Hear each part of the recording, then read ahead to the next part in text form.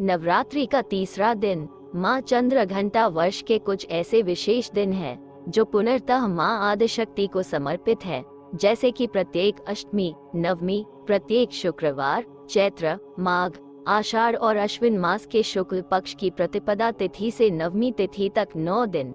इन 9 दिनों माता के विभिन्न रूपों की पूजा का विधान है। माता का तीसरा दिन माँ के चंद्रघंटा स्वरूप को समर्पित है। इस दिन इस रूप में माता की आराधना की जाती है। आइए जानते हैं नवरात्र के तीसरे दिन का महत्व, पूजा विधि और इससे जुड़ी संपूर्ण जानकारी। पिंड प्रवरारूढ़ा चंडकोपास्त्र कैर्युता प्रसाद तनुते मह्यम चंद्रघंटेति विश्रुता। माँ दुर्गा के तीसरे शक्ति स्वरूप को चंद्रघंटा के नाम से जाना जाता है और शारदीय नवरात्रि का तीसरा दिन माँ चंद्रघंटा को समर्पित है। इस वर्ष शारदीय नवरात्रि के तीसरे दिन को देवी जी के इस स्वरूप की साधना की जाएगी। माता का ये रूप स्वर्णिम और अलौकिक है। 10 भुजाओं वाली देवी चंद्रघंटा के मस्तक पर मुकुट सुशोभित है, जिसमें घंटे के आकार का अर्धचंद्र विराजमान है। यही कारण है कि माता के इस स्वरूप को चंद्रघंटा के नाम से पुकारा जाता है। माँ चंद्रघंटा अपने भक्तों की रक्षा हेतु सदैव तत्पर रहती है। माँ सभी पीड़ाओं को दूर करने के लिए जानी जाती है। माँ चंद्रघंटा के ध्यान मंत्र, स्तोत्र एवं कवच पाठ से साधक का मणिपुर चक्र जागृत होता है, जिससे साधक को सांसारिक कष्टों से मुक्ति प्राप्त होती है। तीसरे दिन की पूजन सामग्री में माँ चंद्रघंटा की प्रतिमा या तस्वीर, पुष्प, मिठाई, लाल कलावा या मौली, दीपक, घी या तेल, धूप, नारियल, अक्षत, साबुत, कुमकुम, माला। यदि आपके पास माँ चंद्रघंटा व माँ के अन्य रूपों की तस्वीर उपलब्ध नहीं हो तो आप माँ दुर्गा की ऐसी तस्वीर ले सकते हैं जिसमें माता के 9 स्वरूप दिखाई दे। अगर वह भी संभव न हो तो माँ दुर्गा की प्रतिमा या तस्वीर भी उपयुक्त है, क्योंकि माँ दुर्गा में ही उनका हर स्वरूप निहित है। सर्वप्रथम सुबह नित्य कर्मों से निवृत्त होकर स्नान करके स्वच्छ वस्त्र धारण करें। चौकी को साफ करके वहां गंगाजल का छिड़काव करें। चौकी पर आपने एक दिन पहले जो पुष्प चढ़ाए थे उन्हें हटा दें। आपको बता दें, चूंकि चौकी की स्थापना प्रथम दिन ही की जाती है, इसलिए पूजन स्थल पर विसर्जन से पहले झाड़ू न लगाएं। इसके बाद आप पूजन स्थल पर आसन ग्रहण कर लें। इसके बाद माता की आराधना शुरू करें। सबसे पहले दीपक प्रज्वलित करें। अब ओम गम गणपते नमः का 11 बार जाप करके भगवान गणेश को नमन करें। इसके बाद अब ओम देवी चंद्रघंटायै नमः मंत्र के द्वारा माँ चंद्रघंटा का आह्वान करें।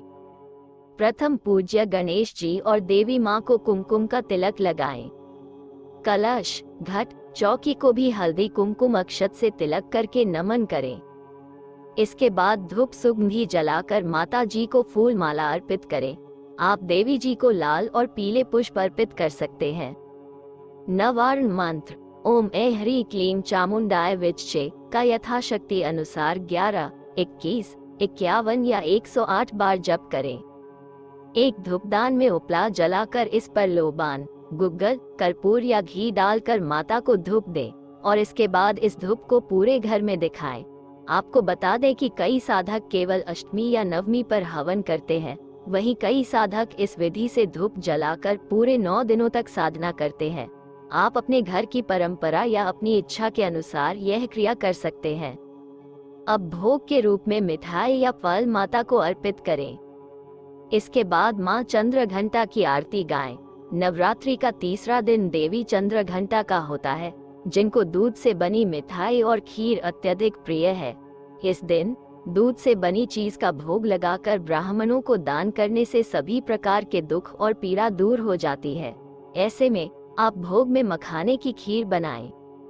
मखाने की खीर बनाने के लिए सबसे पहले एक पैन में मखाने को भून लें और ठंडा हो जाने पर उसे बारीक पीस लें। इसके बाद एक पैन में दूध, मखाना, चीनी, मेवे और इलायची पाउडर डालकर उसे अच्छे से मिला दें और धीमी आंच पर पकाएं। इस तरह आपकी मखाने की खीर तैयार है। माँ चंद्रघंटा का बीज मंत्र ऐं श्रीं शक्त्यै नमः। शारदीय नवरात्र के तीसरे दिन माँ चंद्रघंटा की पूजा करने से साधक के समस्त पाप और बाधाओं का नाश होता है। माँ का ये रूप सुख शांति प्रदान करने वाला है। तथा इनकी साधना करने से साधक को सभी तरह के रोग और दोषों से मुक्ति मिलती है। माँ चंद्रघंटा को लाल रंग अति प्रिय है और इस बार शारदीय नवरात्रि के तीसरे दिन माँ चंद्रघंटा की पूजा के लिए शुभ रंग नीला है। पौराणिक कथा के मुताबिक माता दुर्गा ने माँ चंद्रघंटा का अवतार तब लिया था जब दैत्यों का आतंक बढ़ने लगा था। उस समय महिषासुर का भयंकर युद्ध देवताओं से चल रहा था। महिषासुर देवराज इंद्र का सिंहासन प्राप्त करना चाहता था। वो स्वर्ग लोक पर राज करने की इच्छा पूरी करने के लिए ये युद्ध कर रहा था। जब देवताओं को उसकी इस इच्छा का पता चला तो वे परेशान हो गए और भगवान ब्रह्मा, विष्णु और महेश के सामने पहुंचे। ब्रह्मा, विष्णु और महेश ने देवताओं की बात सुन क्रोध प्रकट किया और क्रोध आने पर उन तीनों के मुख से ऊर्जा निकली। यह ऊर्जा 10 दिशाओं में व्याप्त होने लगी। तभी वहां एक कन्या उत्पन्न हुई। तब शंकर भगवान ने देवी को अपना त्रिशूल भेंट किया। भगवान विष्णु ने भी उनको चक्र प्रदान किया। इसी तरह से सभी देवता ने माता को अस्त्र शस्त्र देकर सजा दिया। इंद्र ने भी अपना वज्र एवं ऐरावत हाथी माता को भेंट किया। सूर्य ने अपना तेज, तलवार और सवारी के लिए शेर प्रदान किया। तब देवी सभी शास्त्रों को लेकर महिषासुर से युद्ध करने के लिए युद्ध भूमि में आ गई। उनका यह विशाल का रूप देखकर महिषासुर भय से कांप उठा। तब महिषासुर ने अपनी सेना को मां चंद्रघंटा के पर हमला करने को कहा।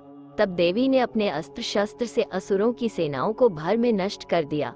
इस तरह से मां चंद्रघंटा ने असुरों का वध करके देवताओं को अभयदान देते हुए अंतर्ध्यान हो गई।